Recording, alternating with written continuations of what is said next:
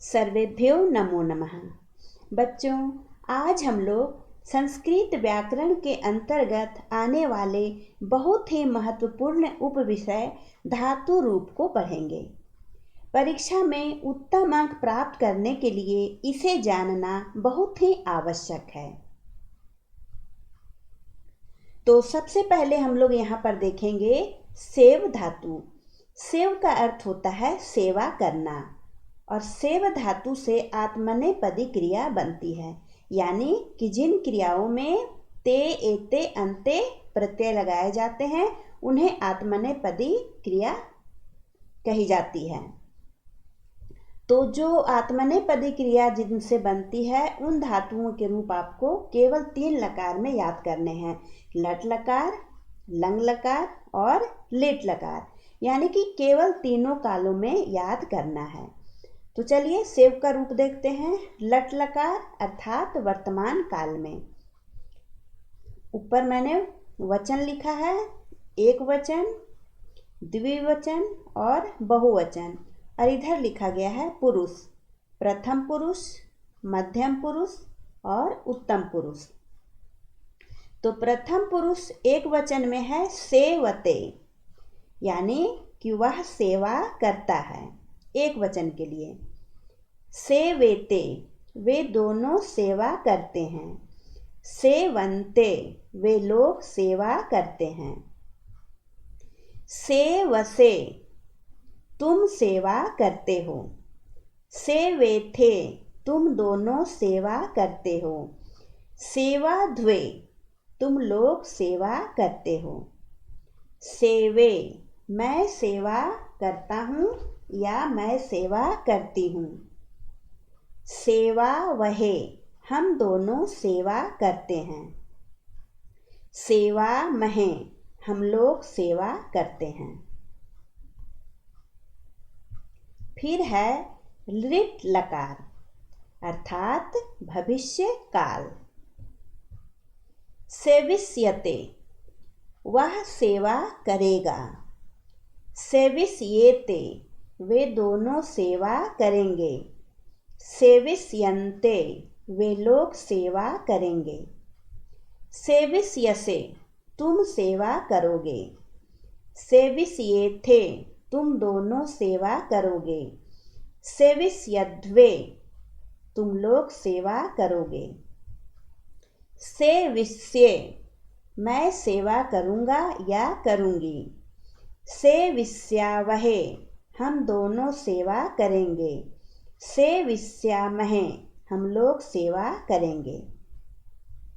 Lung लकार अर्थात भूतकाल। असेवता, यानी कि उसने सेवा किया। असेवेताम, उन दोनों ने सेवा किया। असेवंता, उन लोगों ने सेवा किया।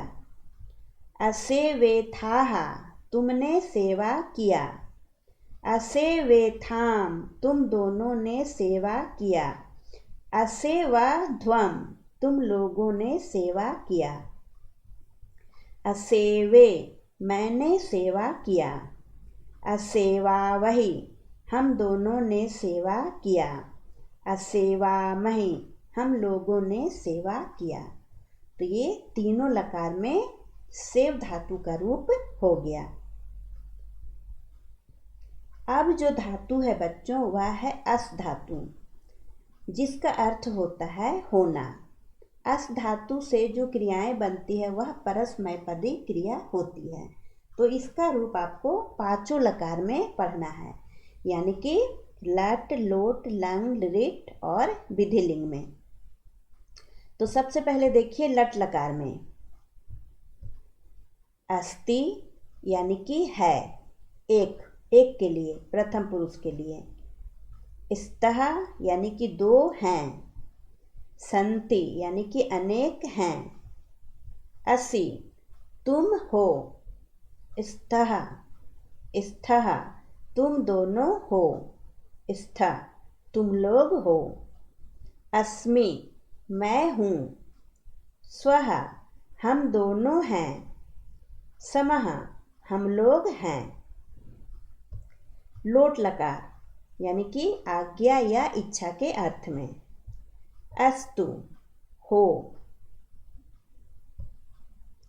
अस्ताम वे दोनों हों। संतु वे लोग हों। एधि तुम हो। स्तम तुम दोनों हो। स्त तुम लोग हो। असानी मैं हूँ। असावा हम दोनों हैं। असावा असामा हम लोग हों। हम लोग हों और इसका होगा बच्चों हम दोनों हों, हैं नहीं होगा। असावा यानी कि हम दोनों हों। उसके बाद है लंग लकार यानी भूतकाल।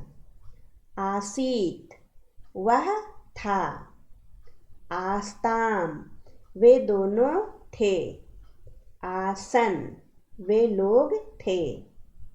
आसीहि तुम थे।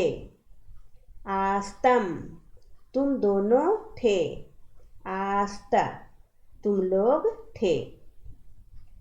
आसम मैं था या मैं थी। आस्वा हम दोनों थे। आसमा हम लोग थे। विधिलिंग यानी कि चाहिए। स्यात उसे चाहिए। स्याताम उन दोनों को चाहिए। स्युहु उन लोगों को चाहिए। स्याह तुम्हें चाहिए। स्यातम तुम दोनों को चाहिए। स्यात तुम लोगों को चाहिए। श्याम मुझे चाहिए। श्यावा हम दोनों को चाहिए। श्यामा हम लोगों को चाहिए। लीट लकार अर्थात भविष्यत काल। भविष्यति वह होगा। भविष्यतः वे दोनों होंगे। भविष्यन्ति वे लोग होंगे। भविष्यसि तुम होगे। भविष्यथः तुम दोनों होगे। भविष्यथा तुम लोग होगे। भविष्यामि मैं हूँगा या मैं हूँगी। भविष्यावः हम दोनों होंगे। भविष्यामः हम लोग होंगे।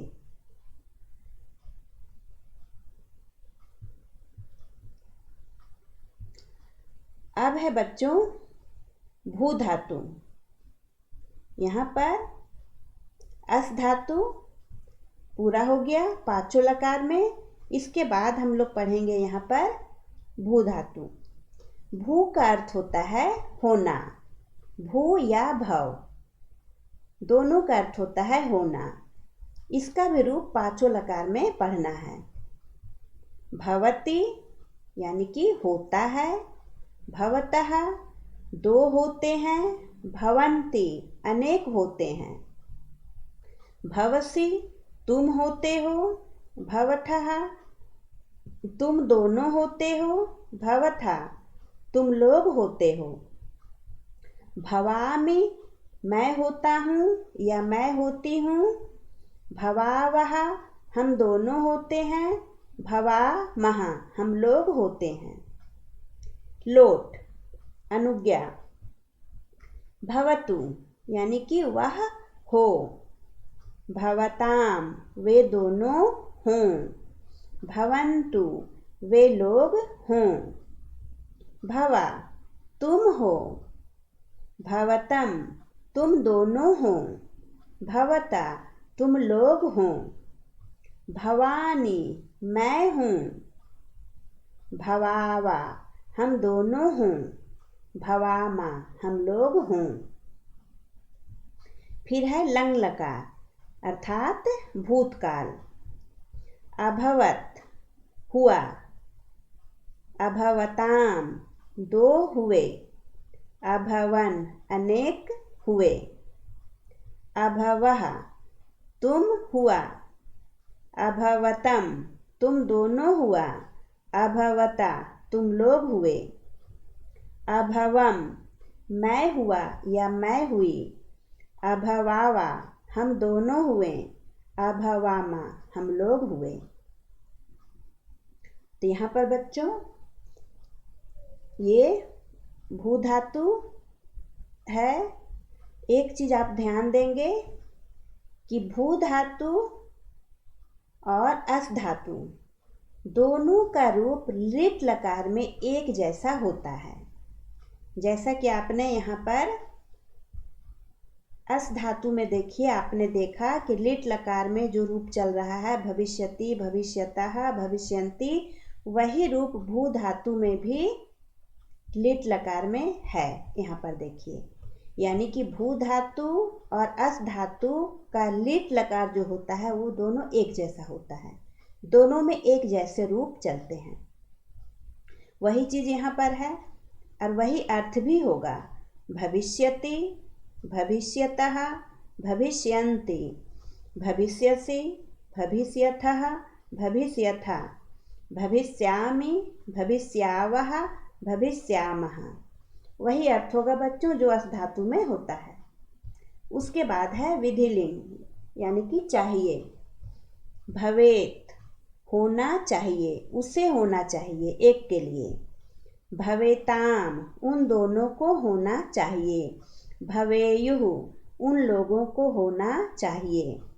भवेहे तुम्हें होना चाहिए। भवेतम तुम दोनों को होना चाहिए। भवेता तुम लोगों को होना चाहिए। भवेयम मुझे होना चाहिए। भवेवा हम दोनों को होना चाहिए। भवेमा हम लोगों को होना चाहिए। तो यहाँ पर भू धातु का भी पांचों लकार हो गया। भू धातु अगर आप याद कर लेते हैं बच्चों, तो इसी के अनुसार पठ, लिख, गम आदि अनेक धातुओं के रूप बनेंगे। तो इसे आप याद कर लें और इसी के अनुसार अनेक धातुओं का रूप लिखने का प्रयास करें। लेकिन जो अस धातु है बच्चों, उसके अनुसार और किसी भी धातु का रूप नहीं चलता है, वह अकेले है।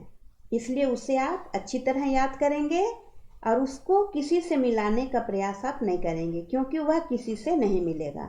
लेकिन भू धातु अगर आप याद कर लेते हैं तो इसी के अनुसार आप और भी अनेक धातुओं का रूप लिख सकते हैं।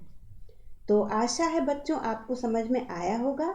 अब आप सभी को अपनी अभ्यास पुस्तिका में लिख लें और अच्छी तरह इसका अभ्यास करें, इसे याद करें। धन्यवाद।